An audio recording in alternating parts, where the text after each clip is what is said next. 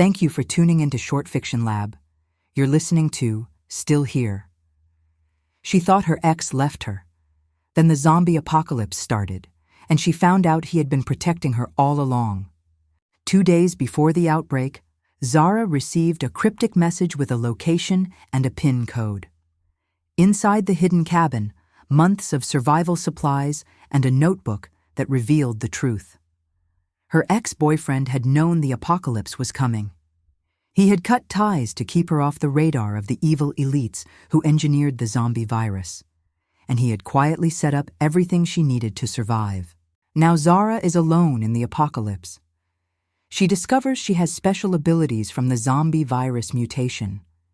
She builds and leads a small survivor group. She fights off the infected, outruns the corrupt, and never stops moving forward.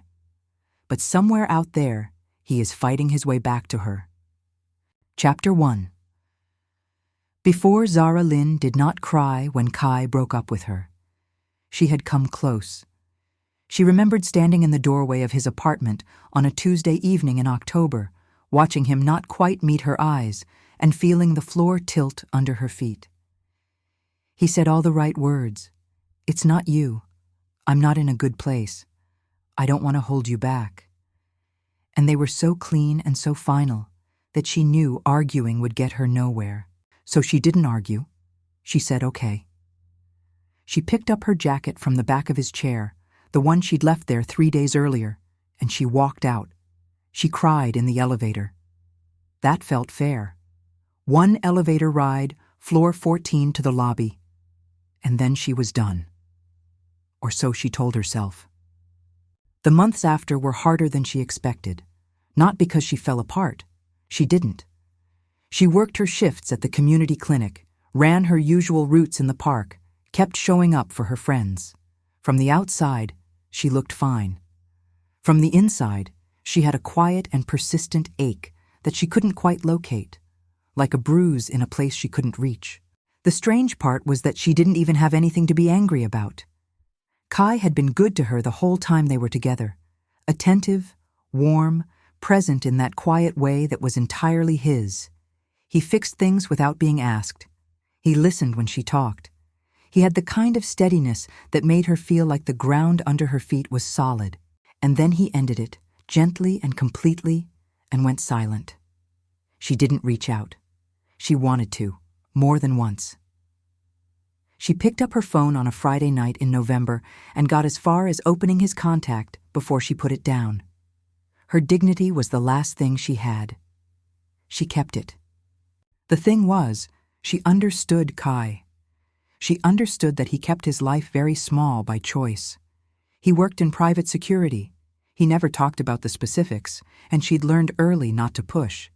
And he was careful about his digital footprint in a way that most people weren't.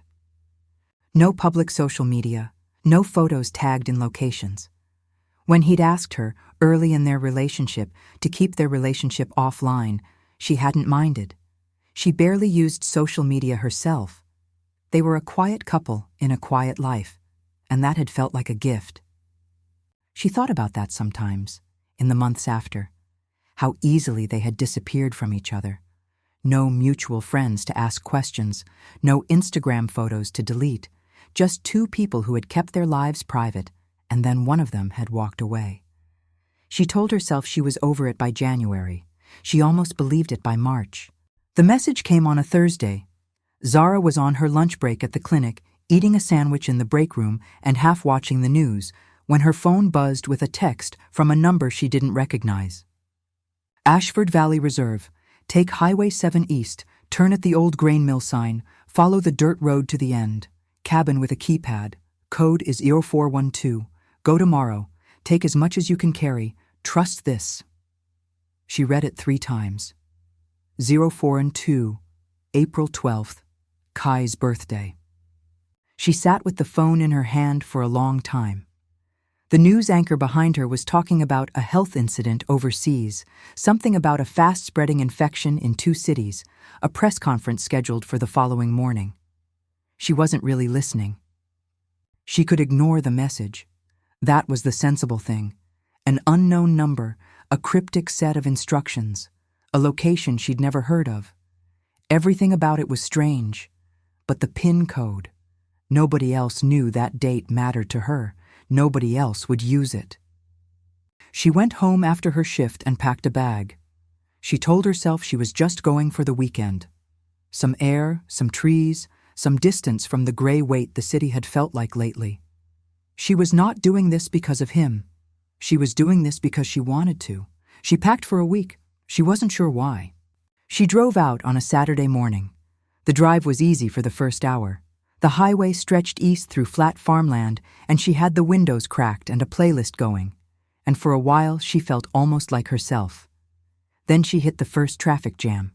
People were leaving the city in the other lanes, going west, a heavier flow than usual for a Saturday. She didn't think much of it yet. She found the grain mill sign at the 2-hour mark. The dirt road beyond it wound through dense pine trees for nearly a mile before it opened onto a small clearing. There was a cabin at the edge of the tree line, modest and solid, half hidden by the branches.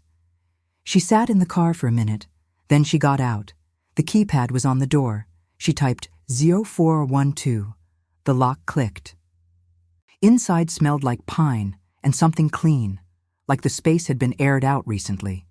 There were supplies everywhere, organized and deliberate, not random.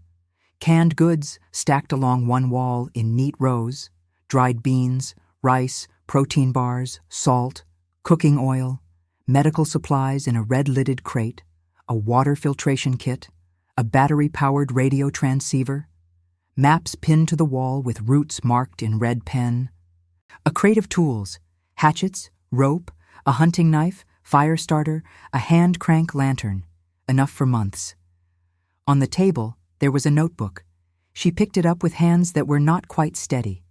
The first page had one line. In handwriting she would have recognized anywhere. "If you're reading this, you made it. I knew you would." Zara sat down on the cabin floor. The notebook was in her lap. Outside, the pine trees moved in the wind, and the afternoon light came through the window in long, pale bars. She had kept herself very together for 6 months. She sat on the floor of this cabin that he had built for her, and she let herself come apart for a few minutes. Not with sobbing, just with the specific, quiet grief of finally understanding something you had been confused about for a long time. He had not stopped caring. She didn't know yet what any of it meant, but she understood that much. She got up. She wiped her face. She started reading the notebook from the beginning, and she didn't stop until it was dark. Chapter 2. Day 0. The second notebook was under the floorboard. She found it mentioned on page 12 of the first, with a small arrow and the words, "More under the loose plank left of the door." She found the plank, pried it up, and pulled out a thicker notebook with a rubber band around it. She read it in 2 sittings, the first that night by battery lantern, the second the next morning with coffee made on the camp stove. What it contained was dense and methodical and more frightening than anything she had yet allowed herself to feel. Kai had written about a group called Prometheus, a private consortium with deep ties to government contractors, research money, political cover, and a long-running program to engineer a viral agent. The official name for what they were building was a population stabilization mechanism. He'd heard those words at a meeting he wasn't supposed to be in, spoken by a man whose face he included a sketch of in the margins. The plan, as best he could reconstruct it, a controlled release in major urban centers. Chaos, die-off, consolidation of power while emergency systems were overwhelmed. The people behind it had prepared their own safe zones, their own supply chains, their own communication networks. They weren't planning to survive the apocalypse. They were planning to run it. He had been gathering data for months. He had contacts, a virologist inside the program who had gotten scared and started leaking. He was building a case, trying to assemble enough to expose it or disrupt it before it launched. And then he had noticed people noticing him. He wrote about it plainly, without drama. A car that didn't move for 3 days outside his building. A coworker asking questions that went one layer too deep. His work phone showing heat patterns consistent with background surveillance. He had been careful. No social media, no traceable connection to Zara. Their relationship kept so quiet that not even most of his colleagues knew she existed. That had been partly professional habit, and partly, she now understood, deliberate. He'd known, even when they were together, that this was coming. The notebook explained why he had ended things. Not because his feelings had changed, because the people he was watching had resources to match faces to financial records, phone pings, building entry logs. If they identified him as a genuine threat, and it was becoming clear they would use the people close to him. He wrote, "They don't need to know your name, they just need to know you exist." So he had removed her from his visible life. He had done it cleanly, in a way that would look like a clean break rather than a protection. He had spent the following months finishing his preparations while she spent them not calling him. She read that part twice. The last page of the second notebook had 2 columns. One listed what he knew about Prometheus's timeline. The other listed what he'd stocked in the cabin and why. It ended with, "I'm going to try to stop this before it starts. If I can't stop it, I've bought you time. Either way, don't come looking for me. Stay in the valley. Stay alive. I'll find you. K." She set the notebook on the table. She put her hands flat on the surface on either side of it. Outside the cabin window, through the pine trees, the sky was turning a strange orange-gray color that she had never seen before. Her phone had 1 bar of signal. She opened the news browser. Every headline was the same story. She closed the browser. She looked at the supplies stacked around her. She looked at the maps on the wall with the red pen roots. She looked at the hatchet in the tool crate. Then Zara Lynn got up, locked the cabin door, and started figuring out how to survive. Chapter 3. The first week. The first zombie she killed was a man in a ranger uniform. She'd been gathering firewood at the edge of the tree line on day 3 when she heard him coming. He wasn't walking. He was lurching, crashing through underbrush with no awareness of the noise he made. When she got a clear look, she stopped moving. His eyes were white all the way through. The skin on his forearms had gone gray, and the veins beneath it were dark, like ink tracks spreading under paper. A black fluid had dried at the corners of his mouth. He hadn't spotted her yet. He was moving on sound, she realized, on instinct. She had the hatchet from the tool crate on her belt. She'd put it there that morning without fully deciding to. She was glad she had. She waited until he was close. Then she moved first. Afterwards, she sat against a tree and breathed steadily for a while. The birds had gone quiet. The pine trees were very still. She looked at her hands until they stopped shaking, which took about 4 minutes.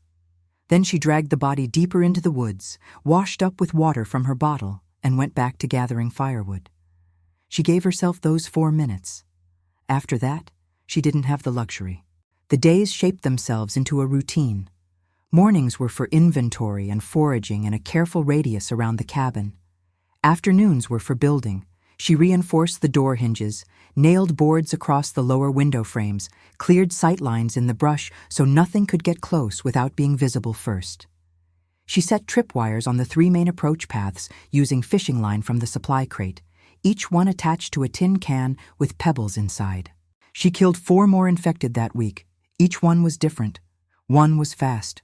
One kept getting back up until she understood what it took to stop them for good. One she heard on a tripwire with enough warning to get ready. The 4th came from a direction she hadn't accounted for, and that was the one that got close enough to scratch her arm. The scratch was deep. She cleaned it, dressed it, and spent 2 sleepless hours reading everything Kai's second notebook said about viral transmission. By morning, the scratch was almost gone. She pushed her sleeve up and stared at it for a long time. The skin was pink and new. The cut had been nearly 2 centimeters long and a ½ centimeter deep. She'd had it for 8 hours. She thought about what the second notebook said about mutations, about a genetic marker in roughly 4% of the population, about the virus interacting differently in those people, not killing, not converting, but integrating, triggering dormant sequences. She thought about the finger she'd broken rock climbing 4 years ago, the one that had been functional again in days. the way cuts always faded faster on her than on anyone else. The doctor who had shrugged and called her resilient. "Huh," she said, to no one. Then she rolled her sleeve back down and went to check the tripwires. By the end of week 1, her body was doing things she couldn't ignore. It started with the hearing. She'd always been a light sleeper, always alert to sounds at the edge of a room. But this was different. She started waking before the tripwires triggered, waking with a clear sense that something was moving on the east side, or that there were 2 of them rather than 1, even before she heard anything she could consciously identify. She tested it. She started marking her predictions before she checked. She was right every time. Her mind was building maps from sound, distance, number, direction. It was like a sense she'd always had at 10% capacity suddenly running at full power. The strength came more gradually. She noticed it first when she was moving supply crates to build a barricade. She was lifting them more easily than their weight should have allowed. She didn't push it. She paid attention to it. She filed it away next to the healing and the hearing and the general feeling that her body was quietly renegotiating its own terms.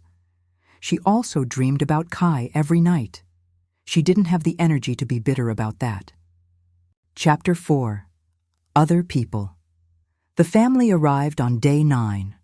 Zara was 2 miles from the cabin on a cautious supply run when she heard the screaming. She moved toward it without fully deciding to, cutting through the trees fast and low. She came out onto an old service road and found a man, a woman, and a boy of about 7 pressed against an overturned car and an infected bearing down on them from the far side. The infected was a large man, and he was moving fast. The distance between her and him was 30 meters. She closed it in 4 seconds. She didn't overthink it. She took him down hard, the same way she'd learned to in the past week, and he stayed down. The father of the family looked at her like she had materialized from the air. He was still processing the speed of it. She was processing it a little herself. "Are any of you bitten?" she asked. "No," the woman said. She was holding the boy against her side, and her voice was shaking, but her eyes were steady. "No, we're okay." "Come with me," Zara said. She brought them back to the cabin. She fed them and let them sleep and watched the tree line while they did.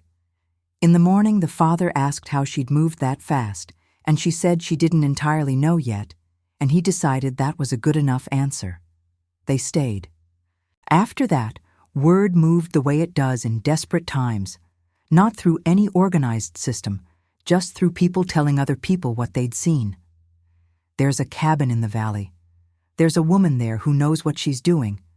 Go east on the old highway, follow the smoke from the Pine Ridge." She didn't go looking for anyone, but she couldn't turn away people who showed up scared and willing. By the end of week 3, she had 14 people in or near the cabin, a secondary shelter built from salvaged timber, and a rotation for watches and supply runs that she had assembled from scratch. She learned who they were. The father, David, was an electrician with useful skills and the right kind of practical mind. His wife, Cora, had been an ER nurse before all this and quickly became the most valuable person in the group. Their son, Felix, was 7 and very solemn and had started collecting smooth stones, which Zara pretended not to find heartbreaking. Marcus arrived in week 2, former paramedic, quiet, observant. He was the first person she trusted enough to put on the same watch rotation as herself. He noticed things without making a production of noticing them, which she appreciated. "You healed that cut on your shoulder," he said one evening, nodding at the spot that had been an open gash 48 hours earlier. "That should have needed stitches." "I know." "I'm not going to make a thing of it," he said. "I just want to understand what we're working with." "I'm still figuring that out myself," she told him. "What I can tell you is it hasn't made me into one of them. And I heal fast, and I can hear things before they get close enough to be a problem." He nodded slowly. "So you're the early warning system." "Something like that." He didn't bring it up again, but she noticed that after that, he always positioned himself to cover her right side in a fight. She let him. Week 4 brought a different problem. The infected were changing. It started with a pack behavior she hadn't seen in the first weeks. Before, they moved alone or in loose, accidental clusters. Now she was tracking groups of 8 and 10, moving in the same direction with what looked like shared purpose. She didn't want to call it coordination, but she couldn't find a better word. And then there was the fast one. She'd never seen an infected move like that. It crossed the clearing in front of the secondary shelter in under 2 seconds. A blur of motion, low to the ground, completely silent. She had a half-second of warning from her own senses before it hit the outer tripwire, which gave her just enough time to get out of the doorway. It tore through the wire without slowing down. She fought it for almost a minute. A normal infected went down in seconds. This one kept absorbing hits and redirecting. She had to change everything mid-fight, abandon the technique she'd been using for weeks, and find the new pattern on the fly. When she finally put it down, she stood over it, breathing hard, and looked at the morphological differences. The denser musculature, the way the dark veins had concentrated around the spine and upper legs. It had mutated further. It was faster because the virus had rebuilt it to be faster. She brought Marcus and David to look at it. "If they're evolving," David said, "we need a different approach." "They're not evolving," Zara said. "The virus is adapting. There's a difference." She looked at the body. "It's selecting for traits. The infected that survive encounters are passing something on. This is a fast adaptation variant." Marcus looked at her. "How do you know that?" She thought of the second notebook. "Someone I trust told me the virus was engineered to adapt. I didn't know it would happen this fast." She trained her people harder that week. She adjusted their defensive formations for faster threats. She also started transmitting on the radio transceiver once a day on the frequency Kai had written in the notebook. She kept the messages neutral and informational. Group size, location, conditions, status. And she didn't let herself think too hard about who she was hoping would hear them.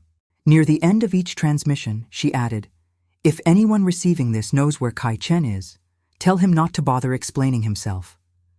She kept her voice level when she said it. She wasn't sure she succeeded. Chapter 5. Reunion. The day Kai walked into the valley was the day everything else arrived at once. Zara was 2 miles out with Marcus and 2 others when her chest went cold. It was a sensation she'd been developing in the past week, distinct from her usual sensory map, sharper, different in quality. It meant organized movement, multiple people, not infected. Her ability seemed to have a broader range than she'd realized, or it was growing because she was feeling things now that weren't directly related to the virus at all. Or maybe she was reading something else, a pressure in the air, the way her instincts had been rebuilt from the ground up by 6 weeks of survival. "Back to camp," she said, "fast." They ran. She heard the engines a minute later, heavy, multiple, coming from the North Road. Not civilian sound, too measured, too even, convoy spacing. She burst into the camp clearing ahead of her group, shouting before she'd fully stopped. "Go bags and move. North Road is compromised. Everyone to the ravine site, now." People were already moving. She'd run this drill 4 times. They were good. She stood at the tree line watching the north approach and counting seconds. She needed 2 more minutes for the slowest members of the group to clear. That's when she heard the east path, moving fast, moving quiet. She turned with the hatchet already in her hand. Kai stopped at the edge of the tree line with 3 people behind him and his hands open at his sides, and for a very long second neither of them moved. He was different, thinner, a scar along his jaw she didn't recognize. His eyes were exactly the same. "Zara, there's a convoy on the North Road," she said. Her voice came out flat and even. "Prometheus, probably. I need to move my people. After that, we'll talk." Something shifted in his expression. Relief, pain, something complicated that she didn't have time to read right now. "How many vehicles?" 4 minimum. He closed his eyes for 2 seconds. It was a gesture she didn't recognize. When he opened them, he said, 5. 18 personnel. 2 of them are enhanced, Prometheus operatives, controlled exposure. They'll be harder than anything you've fought. She stared at him for a moment. You can count them. Sort of. I'll explain later. Fine. She turned and started moving. Walk with me. They hit the convoy at the narrow stretch of road between the two rock outcrops, exactly where she would have chosen without knowing the terrain as well as she did now. Kai's people worked the north end. Her people worked both sides of the middle section. She and Marcus had the south end with the fastest fighters. The plan was simple. Disable the vehicles, scatter the personnel, disappear before they could regroup. 3 vehicles down in the first 2 minutes. It was almost clean. Then the 4th vehicle stopped, and both enhanced operatives got out. She saw the difference immediately. They moved wrong, too controlled, too deliberate, no wasted energy. The virus in them had been tuned by Prometheus the same way it had been tuned in the fast infected she'd fought in week 4, except these were people who still had their minds. They had tactics. One of them went for Cole from Kai's group. He hit Cole hard enough to put him through a car door. She heard the impact from 20 meters away. The other one came for her. He was bigger than her and faster than a normal person. She didn't try to overpower him. She moved laterally, made him commit to a line, slipped the first swing, and circled. He adjusted fast. He was smart, and she respected that, while also noting it was a serious problem. She couldn't match him on raw strength, and she knew it. So she matched him on pattern recognition instead. She took hits. She absorbed them and kept moving and kept mapping him. The way his right shoulder dropped before a charge, the half-second delay after a blocked strike before he could reset. She cataloged everything while she stayed alive. 3 exchanges, 4, and on the 5th she had his rhythm. She let him charge, dropped under the trajectory, planted her feet, and used every bit of her enhanced strength to redirect his momentum sideways. He hit the ground hard, and Marcus was there with the sedative syringe before he could recover. She straightened up. Her ribs screamed. She breathed through it. Across the road, Kai was standing over the second operative. He was breathing hard. The operative was not moving. He looked up and found her across the smoke and wreckage. She looked back at him. She looked away first. They had things to do. Chapter 6. The Conversation. They talked that night after the watches were set, and Cora had seen to the people who needed it, and Felix had fallen asleep clutching his smooth stones. They sat outside the ravine shelter with the fire down to low embers, and the sky above the valley was enormous and brilliant with stars because there were no city lights left to drown them. He talked, she listened. She decided she would listen all the way through before she said anything, because she already knew part of this story from the notebooks, and she wanted the rest of it. She wanted to understand, not just react. He told her about the night he'd realized Prometheus had noticed him, about the decision he made in the span of about 20 minutes, alone in his apartment, weighing what would happen to her if they connected her to him versus what it would cost her to not know why he was leaving. He had chosen the option that kept her safer. He knew it would hurt her. He hadn't known how to make it not hurt her without telling her things that would put her directly in the line of sight he was trying to pull her out of. I thought about telling you the truth, he said. He was looking at the embers. I thought about it a lot, but any conversation where I explained the threat, any conversation where your name was connected to the word Prometheus, was a risk I couldn't fully control, and they were already watching my communications. So you decided for me, she said. Yes. He met her eyes. I did. She had expected him to qualify it. He didn't. She appreciated that. The months after were bad, she said. Not accusatory, just factual. I know. His voice was rough. I watched your building twice, from a distance, to make sure the surveillance on me hadn't transferred to you. Both times I had to leave before you saw me. I couldn't tell you I was doing it. I couldn't tell you any of it. She absorbed that. The image of him standing outside her building in the cold, watching to make sure she was safe, while she was inside thinking he'd simply moved on. I thought you just decided I wasn't worth the trouble, she said. Zara. He said her name like it was something he'd been holding on to for a long time. You were the reason for all the trouble. She looked at the embers for a while. You should have trusted me, she said finally. Not with the operational details, with the basic truth. I'm in danger and I'm protecting you and I can't explain more than that. I would have handled it. I know you would have, he said. I'm better at planning for threats than I am at believing people can handle things I can't protect them from. That's on me. It was the right answer, not a justification, not an argument, just an honest accounting of where he had gotten it wrong. She looked at him. The firelight caught the edge of the new scar on his jaw, and she wanted, suddenly and simply, to know the story of how he'd gotten it.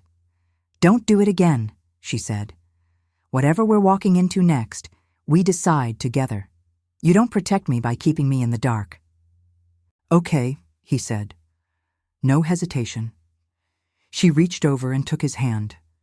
She felt him go completely still for a second, the way he always had when something surprised him and he was trying not to show it. Then his fingers closed around hers, careful and certain.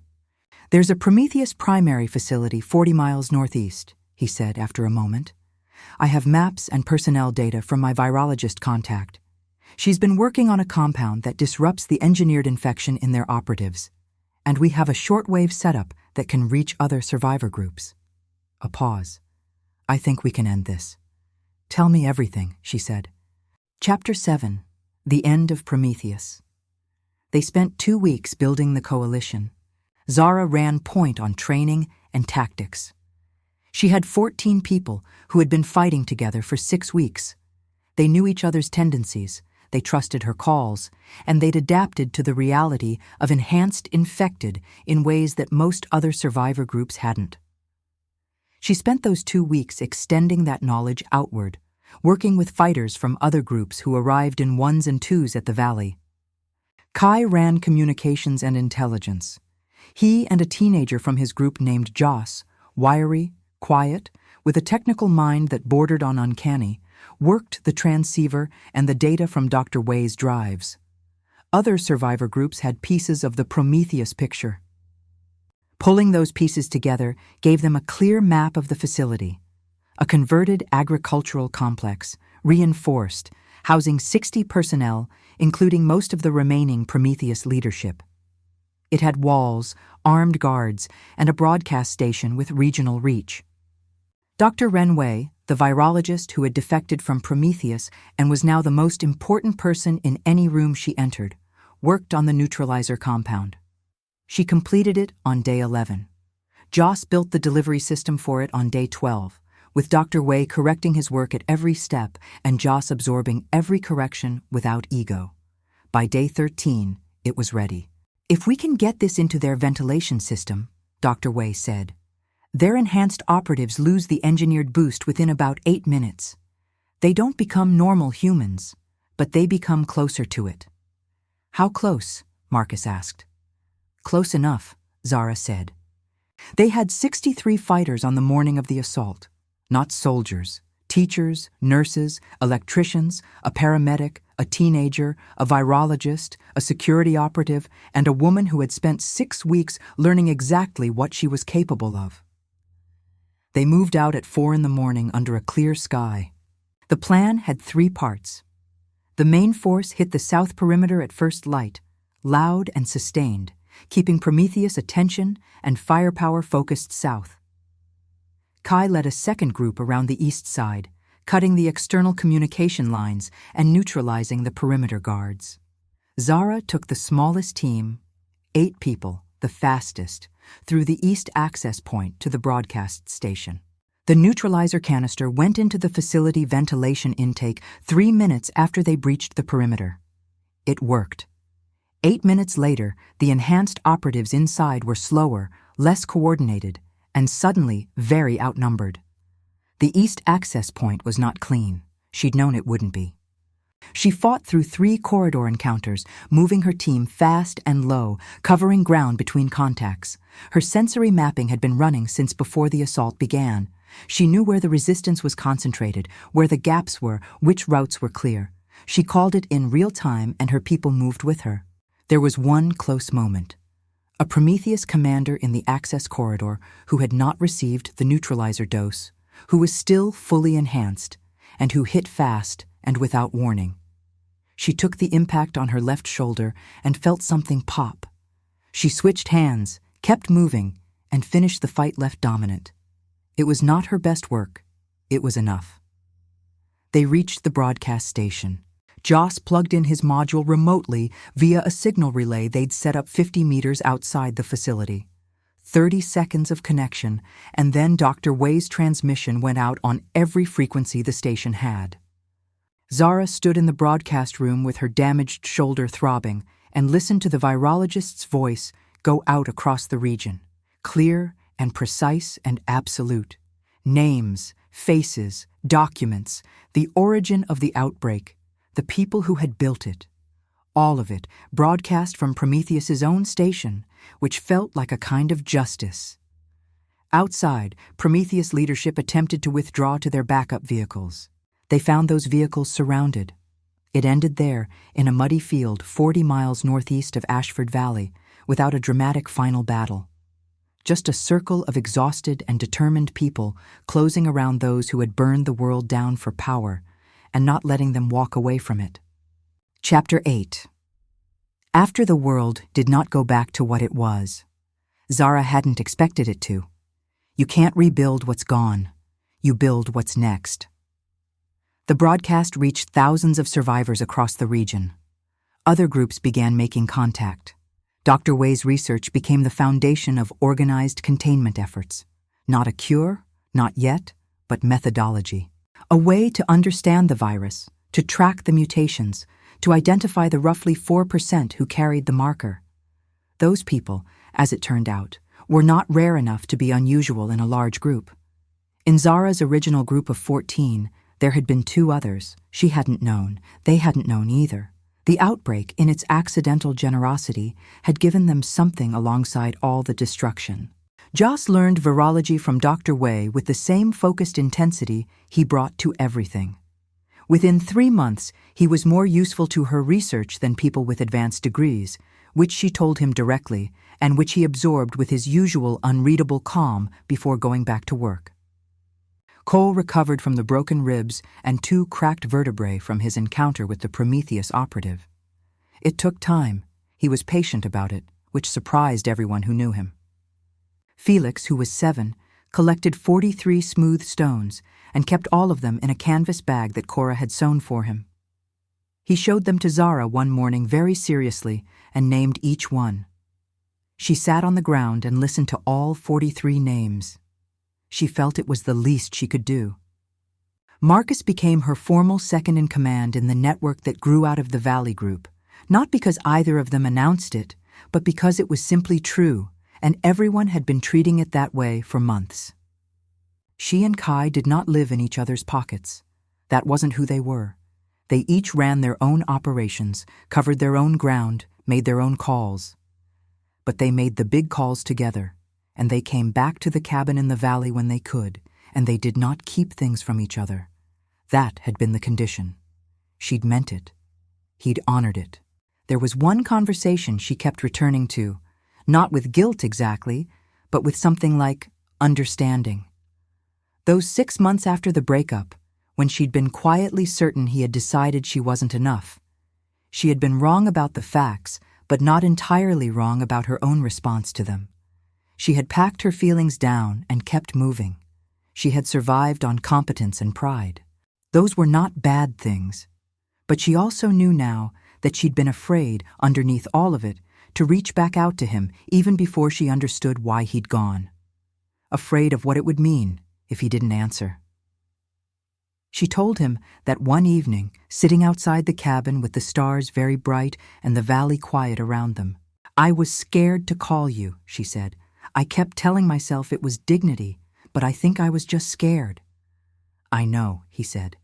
"I was watching from a distance, and I could see it. I wanted to tell you it wasn't what you thought. It was one of the hardest things, not being able to tell you." "We wasted 6 months," she said. "I know." He was quiet for a moment. "We won't waste any more." She leaned her head against his shoulder. His arm came around her, careful of the heel damage on the left side, which she noticed and decided not to comment on. The fire inside burned low. The valley was full of people who were building something worth keeping. The stars were doing what they always did, being very bright and very far away and entirely indifferent. And for once that felt like a comfort rather than an indictment. "Tell me about the scar," she said. "Which one?" She tilted her head up and touched the line along his jaw. He turned to look at her. They were very close. "That one," she said. He told her. It took a while. She listened to every word. They stayed outside until the last light in the cabin window went dark, and then they went in, and they faced the rest of it the only way that had ever made any sense. Together. Bonus. Chapter. Kai's side. The decision. Kai Chen broke up with Zara on a Tuesday evening in October and drove to a parking garage 2 miles away afterward and sat in the dark for a long time. He had made the decision 2 weeks earlier, the night he noticed the second car. The first car he'd flagged a month before that. Silver sedan, no plates visible, always the same spot on the street below his building. He'd noted it and watched it. Surveillance was common in his line of work, and he knew how to read it. 1 car meant low-level interest. 2 cars, on alternating schedules, meant an active operation. He'd spent those 2 weeks in a kind of cold arithmetic, running the probabilities. If he continued what he was doing, building the case, working his way toward Dr. Wei's data, trying to find a way to expose or disrupt Prometheus before the launch, they would eventually move to contain him. He knew what containment looked like for people like him. It wasn't always violent. Sometimes it was leverage.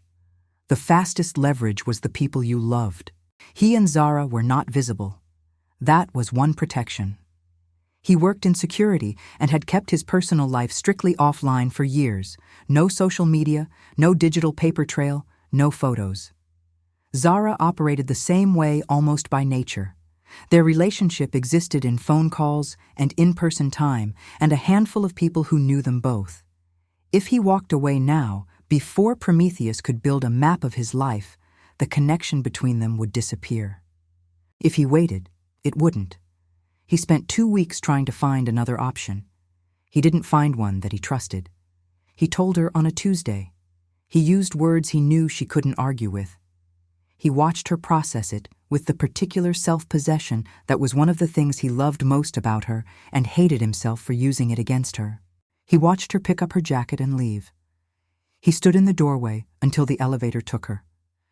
Then he went to the parking garage and sat in the dark. Then he got to work. Satsesio, the months. He found the cabin in November.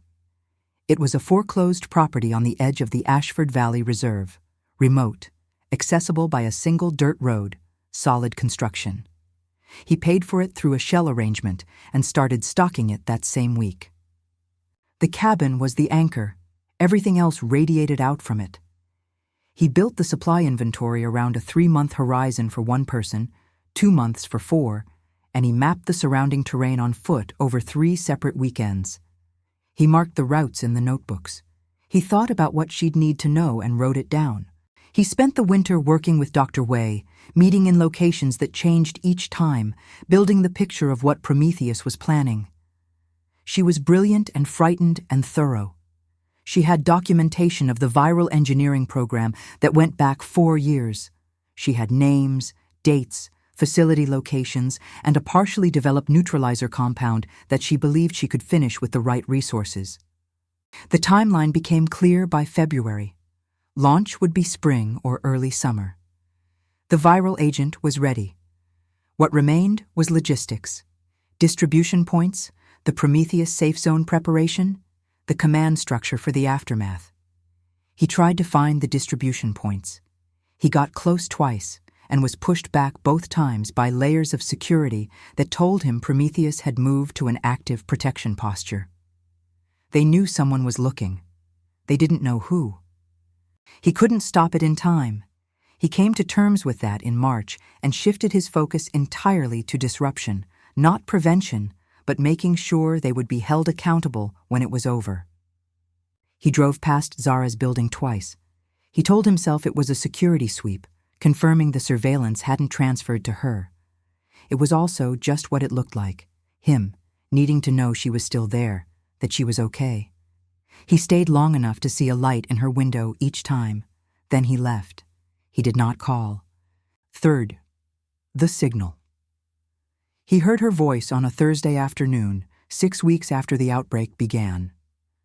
Joss had rebuilt the transceiver into something with twice its original range, and he had been scanning the eastern frequencies for days based on a hunch that Dr. Wei's data mentioned survivor network activity in the Ashford Valley region.